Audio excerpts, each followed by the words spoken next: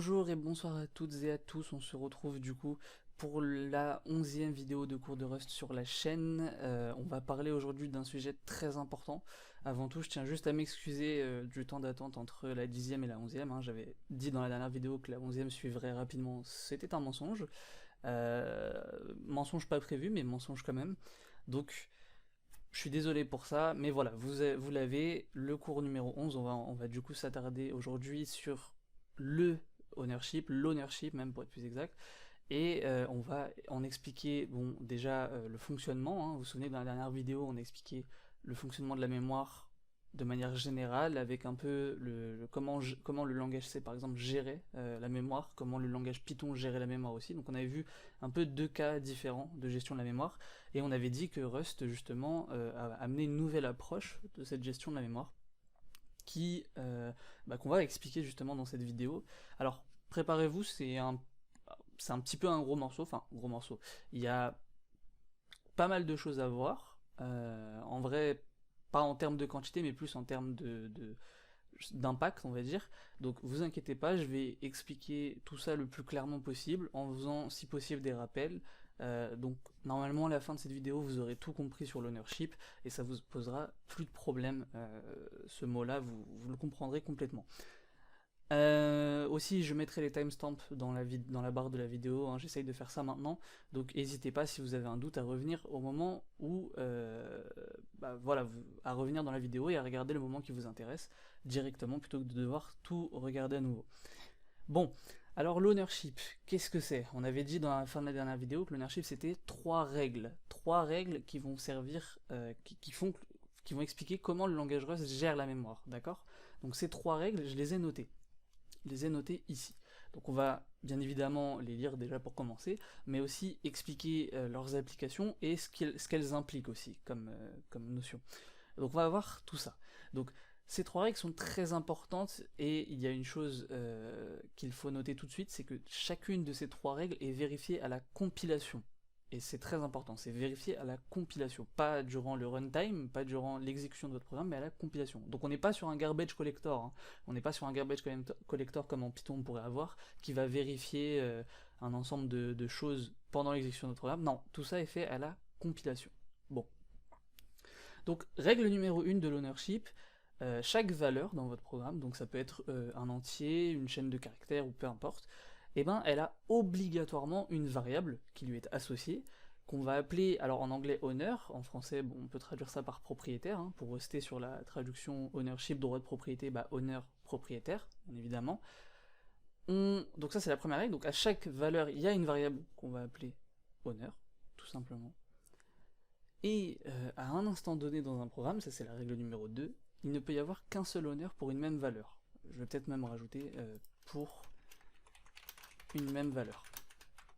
C'est-à-dire que si on prend un instant t de votre programme et qu'on regarde une valeur de ce programme-là, eh ben on ne pourra pas lui trouver deux honneurs en même temps. C'est impossible. Voilà, c'est la règle numéro 2, impossible. Vous avez qu'un seul honneur à la fois, sinon la règle elle est cassée et ça compile même pas. Ok.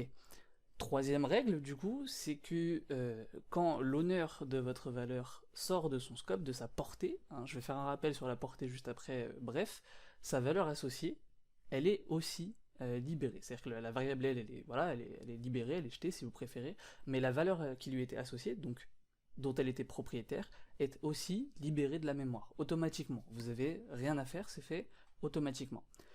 Donc, petit rappel, hein, on va voir du coup déjà en premier lieu la règle numéro 1 et règle numéro 3, parce que c'est les plus simples. Bon. Pour ça, je vais utiliser un type qui va me permettre après de revenir un peu dessus.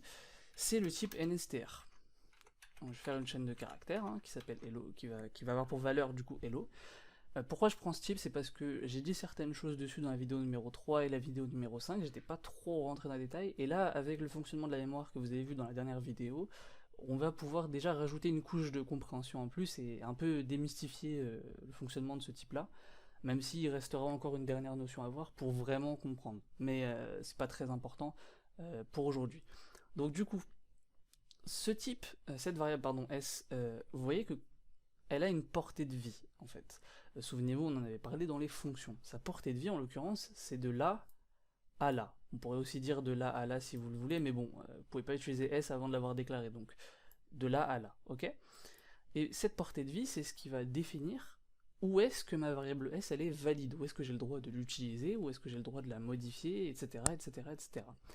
Et cette portée de vie, elle va avoir un lien très fort avec les règles d'ownership, on verra avec la règle numéro 3, mais ce qu'il faut retenir, c'est que là, c'est le début du scope. Slash portée, je vais utiliser plus le mot scope dans le futur, donc retenez que scope c'est pour la portée, hein, tout simplement. Là, je peux faire tout ce que je veux avec S, hein. Je peux faire tout ce que je veux, sans aucun problème, enfin, dans les limites des règles du langage, bien évidemment, hein. Et ici, c'est la fin du scope, ou fin de la portée, si vous préférez. Bon. Ça, c'est du coup le petit rappel sur qu'est-ce que c'est que le scope ou la portée. Mais déjà ici, on peut remarquer un truc. La première règle, elle est validée. On a une valeur, ok, donc hello, et on a un honneur. L'honneur, en l'occurrence, c'est notre variable S. Et sauf que ici, c'est un peu spécial. C'est un peu spécial. Je vais pas rentrer dans les détails ici de pourquoi j'aime pas trop le terme honneur ici. On en reparlera dans la prochaine vidéo, justement, je crois, si je ne me trompe pas. Donc vous inquiétez pas, mais ici c'est un peu spécial et c'est pour ça que je vais pas utiliser ce type-là de chaîne de caractères, mais l'autre type de chaîne de caractères qui s'appelle string, qu'on a vu dans la vidéo numéro 5, pour expliquer toutes les subtilités de la règle de l'ownership. Tout simplement parce que ce type il est spécial pour une chose, c'est qu'en fait ce type, en fait c'est un peu un mix. Un mix dans le sens où, en fait, c'est pas le type end str, c'est pas un type brut, c'est le type str. Donc je vais mettre un séparateur pour pas que vous vous trompiez, c'est le type str sur lequel on applique un opérateur, à savoir l'opérateur esperluette, hein, qui est un opérateur unaire. Unaire, ça veut dire qu'il s'applique sur un seul opérand, mais rentrez pas dans les détails. Bref, c'est un opérateur qu'on va appliquer sur le type str. Bon. Cet opérateur, on va voir dans la prochaine vidéo justement comment il fonctionne, on en reparlera, on aura l'occasion d'en reparler. Mais du coup, ce qui est intéressant à comprendre ici, c'est le type str en lui-même. Le type str, il a une particularité, et cette particularité est que, en fait, sa taille, la taille d'une chaîne de caractères de type str, elle est connue au moment de la compilation. Je veux dire, quand vous écrivez hello ici, Rust est pas débile, il sait compter il y a combien de caractères, et il sait faire une multiplication par rapport à la taille en octets, il est pas débile. Donc à partir du moment où il connaît sa taille à la compilation, il n'a pas de raison, en sachant en plus que ce type-là, il ne va pas changer de taille au cours de l'exécution de votre programme, bah il n'a pas de raison de le stocker sur le heap en fait. Ni même sur la stack en vrai d'ailleurs. Pour ça, il va juste le stocker directement, il va écrire directement votre chaîne de caractères, octet par octet, dans le binaire de votre programme. Et ça a une implication, ce fait-là, de l'écrire directement dans le binaire de votre programme, c'est qu'en fait, vous ne pouvez pas modifier cette valeur. Cette chaîne de caractères hello, là, si je compile mon programme, elle sera à jamais écrite dans mon code, dans mon programme binaire comme étant hello, et je ne pourrai pas rajouter un S derrière, changer le O en A, écrire bonjour à la place de hello, je ne pourrai pas faire ça, d'accord? Donc, à retenir, le type str, il est directement, en fait, ces valeurs sont directement écrites dans le binaire de votre programme. Maintenant, vous allez me dire, oui, mais on peut très bien faire ça, faire ceci. Hein, on l'avait vu, on peut tout à fait faire ça, et je vous avais donné une explication un peu cafouille, mais c'est parce que vous aviez pas encore vu le fonctionnement de la mémoire, et il y avait certaines notions que vous n'aviez pas, mais vous avez vu, par exemple, qu'on pouvait faire, pardon, excusez-moi, ceci. Et vous allez me dire, oui, mais là, ça change bien la valeur de ma variable S. Ici, en fait, le mut que vous mettez, il s'applique bien, effectivement, mais ce que vous êtes en train de rendre mutable, en fait, c'est pas le type str, ici, c'est l'opérateur, plutôt. Pour faire simple ici, pour pas trop rentrer dans les détails qu'on verra plus tard, ici c'est l'opérateur qui est mutable. Ce que ça signifie, c'est qu'en fait, ici, ce que vous faites, c'est que vous créez deux chaînes de caractères qui sont toutes les deux immutables, qu'on ne peut pas changer leur valeur, qui sont toutes les deux écrites dans le binaire de votre programme, mais, par contre, vous pouvez changer votre variable S à laquelle des deux chaînes de caractères elle fait référence. C'est-à-dire que quand on va afficher S, est-ce que ça va afficher celle-là, ou est-ce que ça va afficher celle-là? D'accord? Mais vous ne modifiez pas du tout la chaîne de caractères. Hello, elle n'a pas changé dans le code dans le binaire de mon programme. Hello n'a absolument pas changé. D'accord?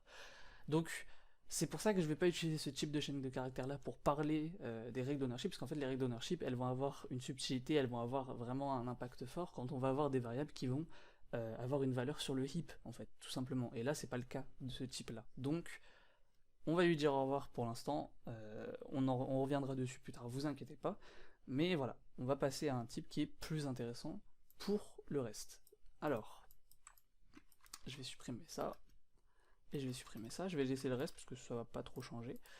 Donc le type string, on l'a vu dans la vidéo numéro 5, hein, quand on voulait faire les entrées utilisateurs, qu'on pouvait soit utiliser cette méthode-là, cette fonction-là, qui du coup va créer une chaîne de caractères vide, ou on peut directement même utiliser cet opérateur-là, enfin cette fonction-là, pardon, qui va du coup prendre une chaîne de caractères en paramètres, qui est une NSTR, on en reparlera plus tard, vous inquiétez pas, et qui du coup, là en fait ce qui est caché et que vous ne voyez pas ici, c'est qu'en fait ici il y a une allocation mémoire en fait, il y a une allocation mémoire.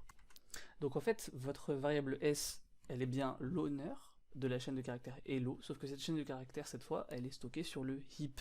Alors qu'est-ce que ça change? Ça change que déjà, bah, hein, c'est pas le même type de mémoire, hein, comme on l'a déjà vu, mais deux, surtout, ça veut dire qu'on va pouvoir modifier cette chaîne de caractères, on va pouvoir l'agrandir, la rétrécir, changer ses valeurs, parce qu'elles sont sur le heap, et que le heap, il est accessible au runtime, il est accessible pendant l'exécution de votre programme. Donc vous pouvez totalement vous dire, bah, je vais aller voir ce qui se trouve à cette chaîne de caractères là, et dire, bah en fait, je veux plus écrire hello, je vais écrire bonjour, et ça c'est totalement valide, contrairement au type NSTR.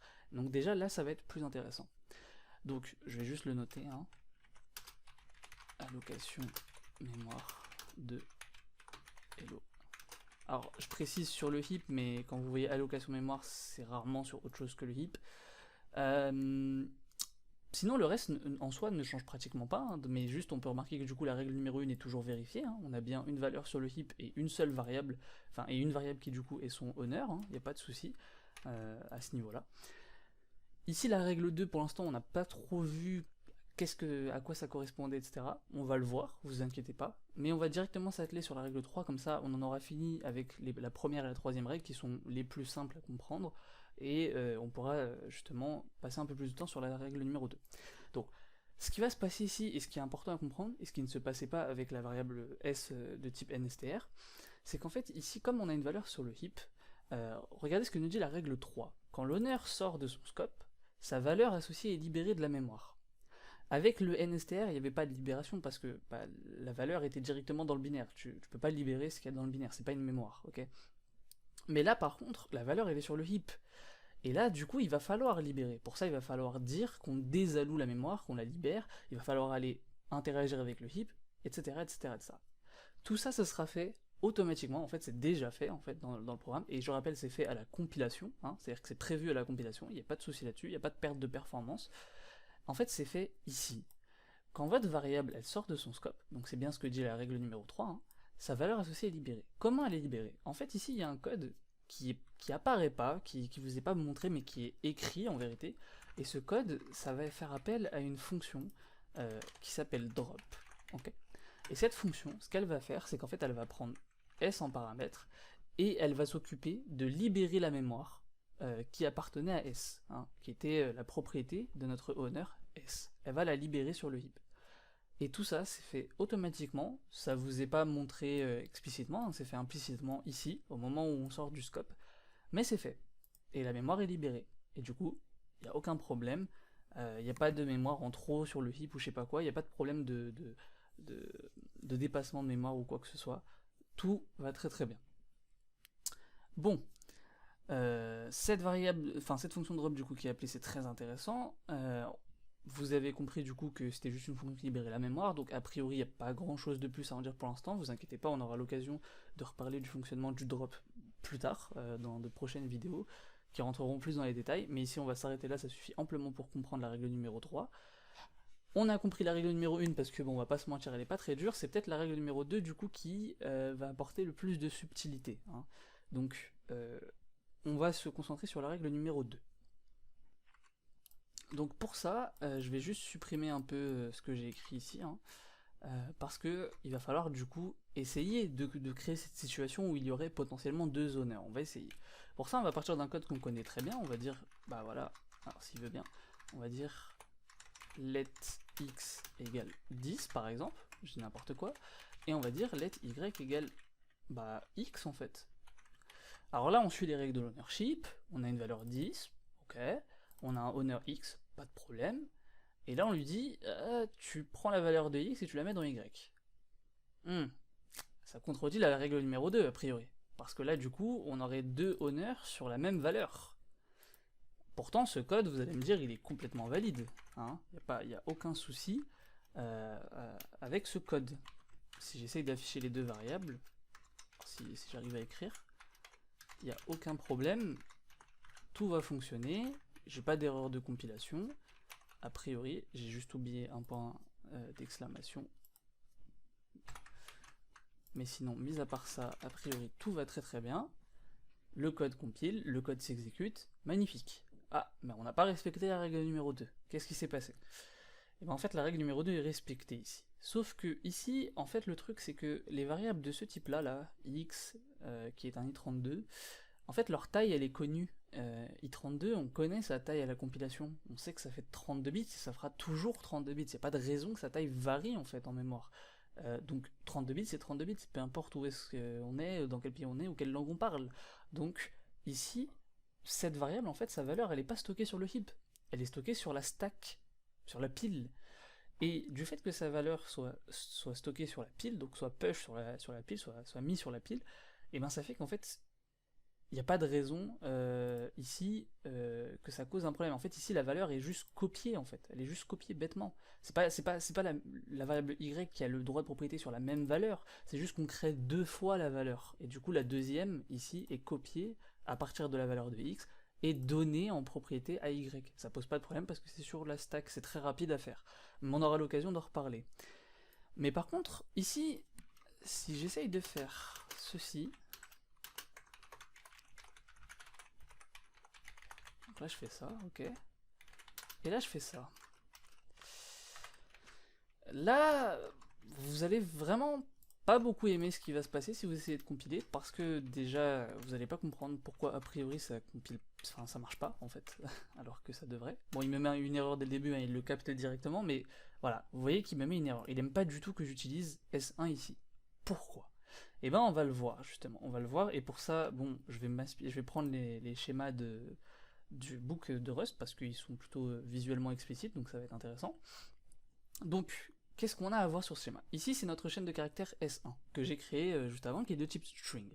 Et ben en fait, ça c'est sa représentation en mémoire. Qu'est-ce qui se passe? On a un tableau à gauche, on a un tableau à droite, je vais expliquer à quoi ça correspond, vous inquiétez pas. Ici, ce qui est important à retenir, c'est qu'en fait, votre S1, c'est donné, sa donnée, en fait, sa valeur, c'est ça en fait, c'est trois espèces de sous-variables, si vous préférez. Donc, on va avoir un pointeur, je vais expliquer ce que c'est après, une taille et une capacité, d'accord? Et à droite, on a le contenu de notre variable, donc la valeur associée à notre variable S1, si vous préférez, qui elle est sur le heap. Parce que ça, en fait, ce tableau de gauche, il va être stocké sur la stack, sur la pile, et ce tableau de droite, il va être stocké sur le heap. Ça, c'est très important à comprendre. Ce tableau de droite, il est stocké sur le heap. C'est le HELLO. Okay, c'est votre chaîne de caractères, donc la valeur, elle est bien stockée sur le heap. Jusque-là, je vous ai pas menti. Et je vous ai pas menti tout court d'ailleurs. Mais ce tableau de gauche, lui, par contre, il est stocké sur la stack, en fait, tout simplement. Alors, à quoi ça correspond ces trois petits trucs? Le pointeur, si vous préférez, c'est juste une adresse en mémoire. Et en fait, c'est quelle adresse en mémoire pour être plus exact? Bah, c'est l'adresse en mémoire du premier caractère sur la heap de votre chaîne, de votre valeur en fait. À quoi ça sert? Bah, ça permet tout simplement à partir de cette adresse d'aller chercher cette chaîne de caractères, donc par exemple pour l'afficher ou pour la modifier. Bah oui, parce que c'est bien beau d'allouer ça sur le heap, mais si on sait pas on l'a alloué où sur le heap, on va pas aller prendre au pif des données qui nous appartiennent pas, donc il faut savoir où est-ce qu'on les a allouées. Et justement, le truc qui est fait automatiquement ici, c'est qu'on a une adresse qui nous est donnée dans notre variable S1, et cette adresse-là, c'est elle qui va en interne, quand vous allez utiliser la variable S1, qui va aller chercher automatiquement, votre chaîne de caractères, votre valeur ici, et c'est elle qui va permettre du coup de le modifier, de l'agrandir, de le rétrécir, etc., etc. Bon, length c'est pour length, c'est la taille, la longueur de votre chaîne de caractères. Alors attention, la longueur en octets, alors ici ça fait quand même 5 octets, ici voilà, bon, pardon non, c'est pas la longueur en octets, excusez-moi j'ai n'importe quoi. Donc c'est la longueur en caractères ici, si je me gourre pas, non c'est octets, je suis complètement fou, excusez-moi, c'est bien en octets. Donc du coup, ici c'est la longueur en octets, donc vous voyez on a 1, 2, 3, 4, 5 caractères. Vous vous souvenez, j'avais dit qu'un caractère c'était 4 octets. Ok, donc je vous ai pas menti, c'est pour ça que là j'ai eu un petit bug. Je vous ai pas menti, c'est bien un caractère peut aller jusqu'à 4 octets, en fait c'est plus ça, peut aller jusqu'à 4 octets en mémoire. En l'occurrence ici, vu que c'est des caractères ASCII, c'est des caractères qui sont depuis depuis le début des ordinateurs codés dans nos ordinateurs, hein, c'est parmi les premiers caractères qu'il y a eu d'encodés, et ça fait qu'en fait ils prennent très peu de place en fait, parce que c'est les premières valeurs, donc en fait ici chaque caractère prend un octet en mémoire, ce qui fait qu'on a bien une longueur, une taille de 5 octets. La capacité ici que vous voyez, c'est pas très important de comprendre à quoi ça correspond ici et maintenant, mais retenez juste que voilà, c'est juste en fait quand vous allouez la variable S1, donc vous allouez cette chaîne de caractères en mémoire, en fait l'allocateur il vous retourne une capacité, et cette capacité en fait c'est combien d'octets vous avez de droit en fait, combien d'octets vous avez de disponible pour justement mettre des caractères dedans en fait, ou une autre valeur hein, d'un autre type, mais voilà, en gros c'est l'espace réservé disponible. Alors là, vous voyez qu'en l'occurrence, taille et la capacité ont la même valeur. Donc en gros, on a utilisé toute la capacité dont on avait le droit d'utiliser, mais vous inquiétez pas, cette capacité, on peut l'agrandir et la diminuer, c'est fait automatiquement.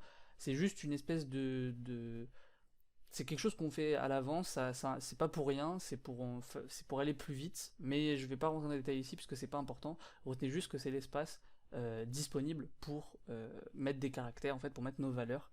C'est l'espace disponible. En mémoire, en octet ouais, aussi, c'est en octet. Ok. Bon. Du coup, qu'est-ce qui se passe quand on fait S1, enfin S2 égale S1, ici, là? Qu'est-ce qui se passe?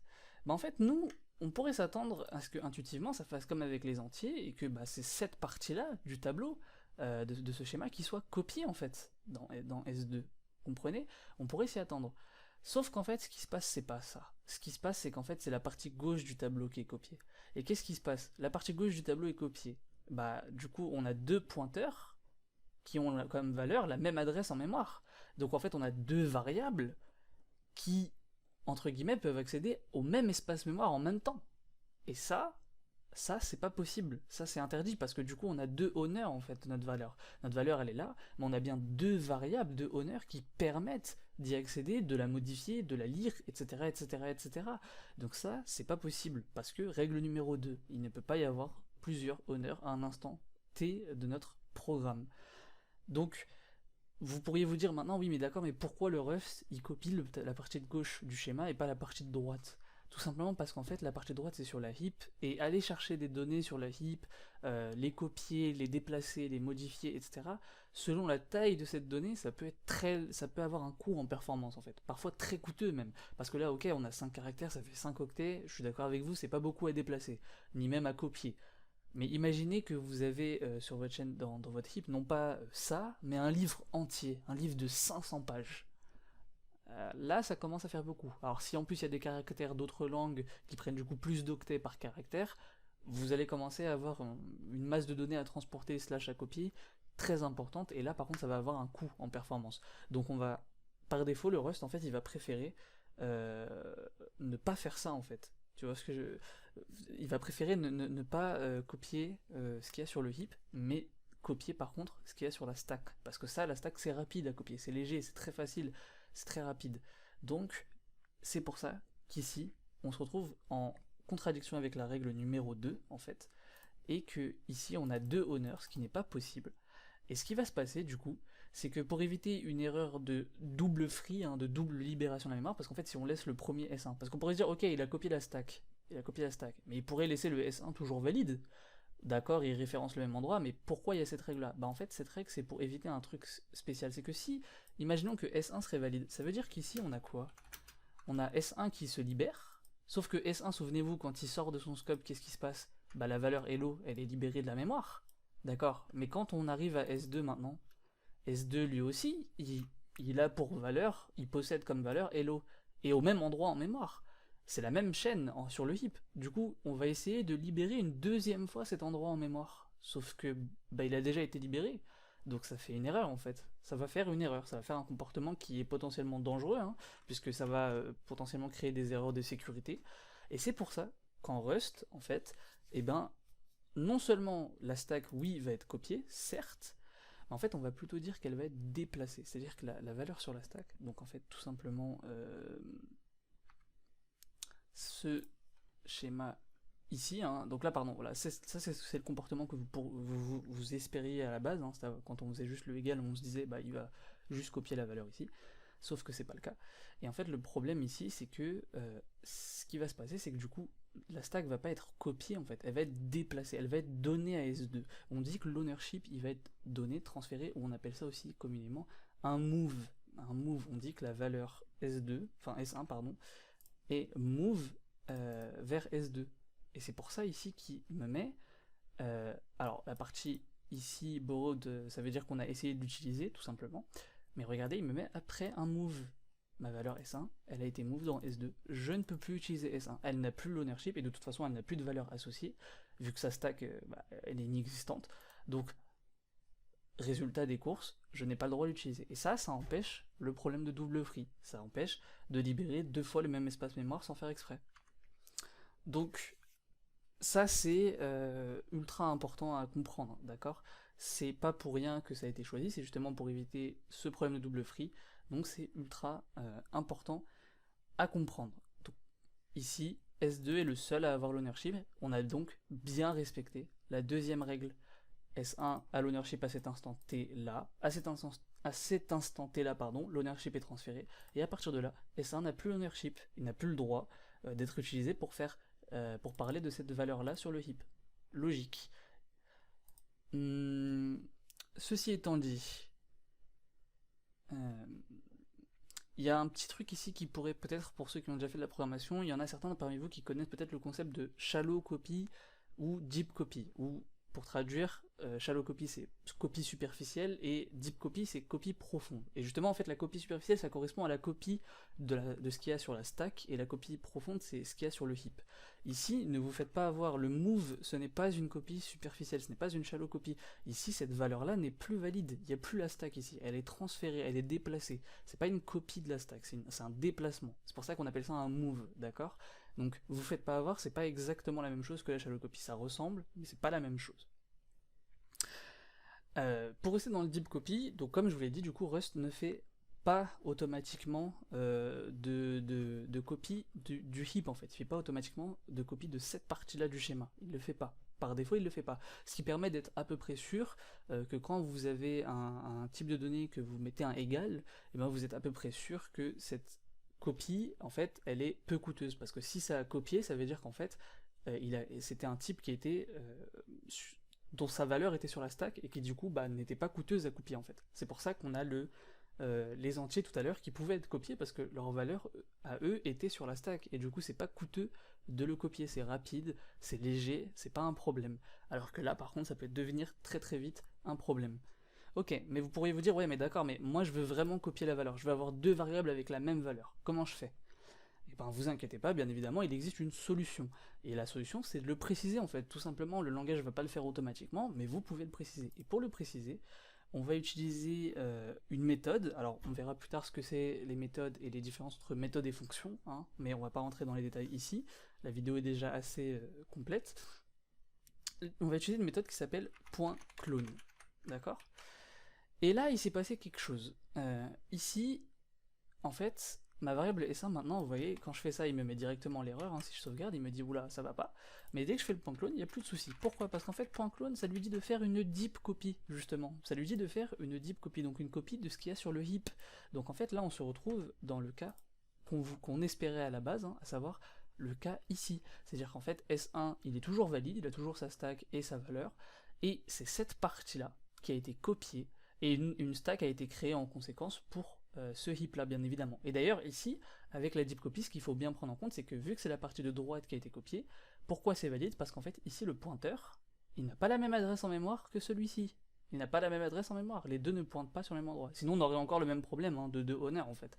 Donc ici, voilà. Le problème d'une deep copy, c'est comme on l'a vu, ça peut être coûteux en performance en fait. Tout simplement ça peut être coûteux, parce que la donnée sur la heap peut être assez large, et du coup, ça va avoir un coût à l'exécution du programme. Et il n'y a pas besoin de préciser le clone pour les données comme ça, comme je vous l'ai dit, parce que tout simplement, si je mets une donnée qui est un entier, ce type-là, en fait, tout simplement, ces valeurs sont stockées sur la stack, et donc, vu que c'est stocké sur la stack, il n'y a pas de raison qu'on se passe de la validité de X, puisque c'est très facile à copier, c'est pas coûteux, et il n'y a pas de raison particulière de vouloir appliquer ici le même fonctionnement que sur ça. parce que c'est pas coûteux en fait, tout simplement. Donc on va pas s'en passer. Et donc dans ce cas-là, ici en fait, bah il n'y a pas de différence entre shallow copy, deep copy, il n'y a pas non plus de move, parce que bah c'est exactement équivalent, donc il n'y a pas de souci. Comment on va pouvoir savoir si un type il a ce comportement de copie implicite comme ici, ou est-ce que au contraire il faut faire un point clone? Et ben grâce à un truc qu'on appelle un trait en Rust, on n'a pas encore parlé des traits en Rust et ça va venir dans encore quelques vidéos, c'est un des concepts les plus importants aussi du langage. On verra plus tard ce que c'est, mais retenez ça. Il y a un trait qui s'appelle le trait copy, en fait, littéralement, hein, c'est O-P-Y en anglais. Et ce trait, justement, il va permettre d'indiquer si un type, il se copie implicitement, et donc c'est un type qui généralement est stocké sur la stack, et dans ce cas-là, et à l'inverse, si du coup il n'est pas implémenté, ce trait copy, et ben on va savoir qu'il faut faire un point clone en fait, si on veut copier réellement la valeur, d'accord? Une règle à savoir sur ça, c'est que vous vous souvenez de la fonction drop de tout à l'heure, dont je vous ai parlé sur les types. Donc par exemple pour S2, là il va y avoir l'appel à la fonction drop ici.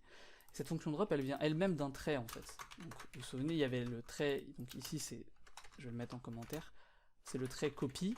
Et ben cette fonction drop, elle vient d'un trait qui s'appelle le trait drop en fait.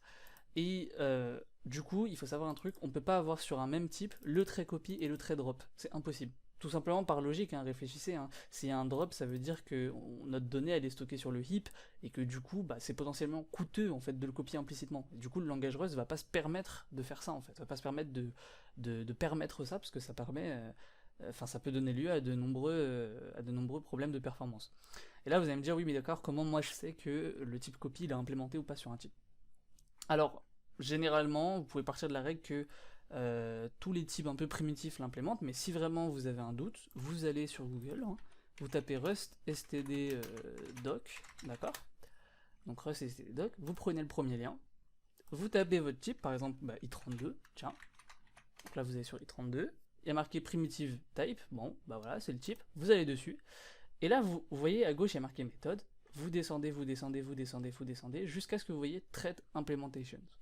Et à partir de là, c'est très simple, vous cherchez copy.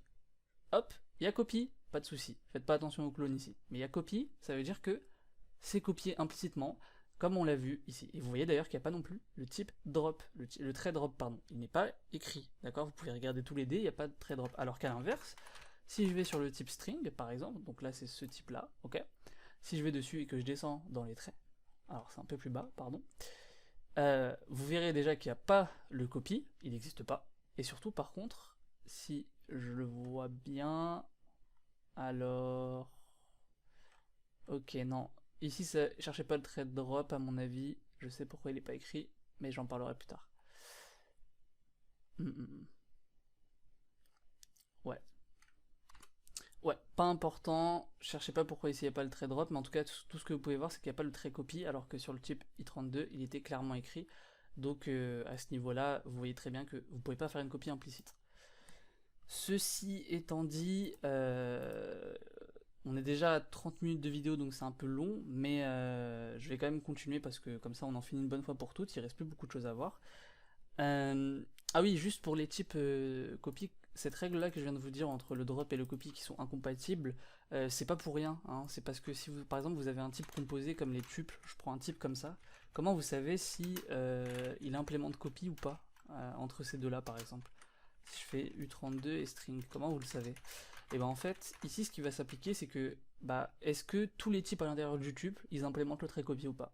Si oui, c'est le cas ici, et ben dans ce cas-là, il implémente le trait copy. Sinon, parce que ici string n'implémente pas copy, et ben dans ce cas-là, le trait n'est pas copiable implicitement. Tout simplement, d'accord? Vous regardez juste les types à l'intérieur. Vous inquiétez pas si c'est pas très clair sur les traits, drop, copy, on aura l'occasion d'y revenir et ça sera beaucoup plus clair pour vous, c'est juste voilà, pour vous donner l'information, mais si c'est pas très clair tout de suite, on aura l'occasion d'y revenir. Ceci étant dit, il reste un dernier truc à faire, à montrer plutôt, c'est que cette notion de move, elle peut être un peu contre-intuitive au début, vous pouvez avoir un petit problème quand on utilise avec une fonction. Bah oui, parce que du coup une fonction, on change de portée de variable, et on crée généralement une nouvelle variable. Vous vous souvenez, quand on fait, si je fais par exemple, on va faire tiens, calculer taille, ok, on verra après comment on l'utilise, mais si je prends une variable s ici et que je fais type string, comme ça, et que par exemple je veux juste l'afficher. D'accord? Donc je vais juste l'afficher, on a dit. Ok. Cette fonction je peux l'utiliser, hein, pas de souci, et je lui passe S. Sauf que là il y a un truc que... Pardon, c'est S1, c'est vrai que je l'ai appelé S1. Il y a un truc que il faut vous souvenir, on avait dit que quand il y avait un paramètre, en fait ça créait une nouvelle variable en fait, qui n'était valide que ici en fait. Mais du coup, qui dit créer une nouvelle variable et passage entre guillemets en argument, enfin passage en argument de ma variable S1, et ben on se retrouve dans le même cas qu'avec tout à l'heure S2 en fait. Ici, l'ownership est transféré. Il y a un move, la variable S1 elle est move dans S. Ce qui fait que si ici je fais ça, je vais avoir une gentille erreur qui va pas trop aimer que je fasse ça en fait, tout simplement. Parce que bah ma variable elle a été move encore une fois. Elle n'est valide que ici. Et à la fin de cette accolade, ici, bah, ma donnée, ma valeur, elle est libérée de la mémoire. Parce que sa portée à cette variable S, bah, elle s'arrête là en fait. Donc ici, il va y avoir un truc très important à retenir, c'est que si je veux toujours continuer à utiliser S1, il faut que je récupère l'ownership. Il faut que je le récupère. Donc déjà, je vais avoir besoin de le rendre mutable, hein, puisque je vais lui donner une nouvelle valeur. Et du coup, ici, il faut bien que je fasse S1 égale. Et ici, il faut que je précise que je renvoie une string. Et comme ça. Et là, il n'y a plus de soucis. Pourquoi? Parce que l'ownership, il est une première fois transféré ici, et il est retransféré ici. Ou ici, si vous préférez. Bon, là, vous pourriez vous dire, oui, d'accord, mais c'est relou si je veux renvoyer plusieurs valeurs à ma fonction. Si par exemple, moi, je voulais calculer quelque chose sur cette string et renvoyer cette chose-là, par exemple, sa taille, comment je fais? Bah, vous allez renvoyer un tuple. Par exemple, U32, oh, je sais plus si c'est U32, c'est usize, pardon, le type. Je crois que c'est usize. Il me semble que c'est usize. Donc par exemple, vous pouvez faire let size égale s.len, voilà, par exemple. Donc c'est aussi une méthode, hein. Ici c'est une méthode encore. Et dans ce cas-là, vous renvoyez s et size. Alors plutôt dans l'autre sens, parce que j'ai mis les types dans l'autre sens, mais vous avez compris. Non, sans point virgule, pardon. Et ici, bien évidemment, bah oui, il faut que vous le récupériez du coup. Parce que si vous le récupérez pas, ça marchera pas. Je me pose une sacrée question sur moi-même là actuellement sur ce que je suis en train d'écrire, je vous avoue que je sais même pas, ouais c'est bien ce que je me disais, ça ne marche pas de faire ça, puisque c'est un tuple qu'on est en train de déstructurer, donc ça ne marchera pas. Donc je vais mettre ça comme ça. Ouais. Ok, du coup ici, on a bien récupéré notre tuple, on a bien notre taille, et on peut l'afficher si besoin. Mais vous voyez qu'assez vite quand même c'est assez redondant. Vous imaginez devoir à chaque fois que vous passez votre variable à une fonction, devoir la récupérer à chaque fois pour garder l'ownership et devoir l'utiliser. C'est quand même quelque chose d'assez récurrent, hein. Vous allez souvent devoir récupérer votre variable et c'est pas possible en fait de faire comme ça serait beaucoup trop chiant et peu pratique. Et fort heureusement, je vous rassure, non, c'est pas la seule manière de faire, et il y a une manière beaucoup plus ergonomique, beaucoup plus simple de faire que vous allez beaucoup plus utiliser que je passe et je renvoie, hein. D'accord? Et cette manière-là, en fait, c'est celle dont on va parler dans la prochaine vidéo. C'est l'utilisation des références en Rust. On va voir ce que c'est qu'une référence. J'ai déjà utilisé, malgré que j'ai essayé de pas trop l'utiliser, j'ai déjà utilisé le mot référencé sans faire exprès, parce que j'ai pas d'autres mots tout simplement qui me venaient à la tête pour expliquer quelque chose. Mais en tout cas là, on va vraiment se pencher sur le concept de référencement en Rust, et on va parler du système de borrowing, qui est un autre système de règles que l'ownership. Donc comme on avait les règles d'ownership, on va avoir les règles de borrowing, qui sont aussi vérifiées à la compilation, et qui vont avoir pas mal d'utilité, notamment simplifier ce genre de fonction pour que bah, on n'ait pas besoin de se redonner l'ownership une deuxième fois, hein. On n'ait pas besoin de faire ça. Et aussi au passage, en fait, ces références, vous en avez déjà vu en fait, puisque le type NSTR, je vous avais parlé, je vous avais dit que ce petit espirluette c'était un opérateur, et ben c'est l'opérateur de référencement en fait. Bien évidemment, on verra tout ça dans la prochaine vidéo, celle-ci étant déjà bien assez longue. Je vous dis au revoir et à la prochaine pour toujours plus de cours. J'espère que cette vidéo a été suffisamment claire pour vous, j'espère que vous avez tout compris. N'hésitez pas à poser des questions en commentaire si besoin, n'hésitez pas voilà, à aussi revenir sur la vidéo. Je vais mettre les timestamps, hein, comme je l'ai dit, donc n'hésitez pas à revenir au point qui vous a un peu posé problème. S'il y a des trucs que vous trouvez que vraiment c'est vraiment pas clair et que je suis allé trop vite, etc., bah prévenez-moi et je referai une autre vidéo pour parler plus précisément d'un point en particulier. Sinon, bah écoutez, bonne continuation dans l'apprentissage du Rust, et puis je vous dis à la prochaine. Bonne journée, bonne soirée, bonne nuit.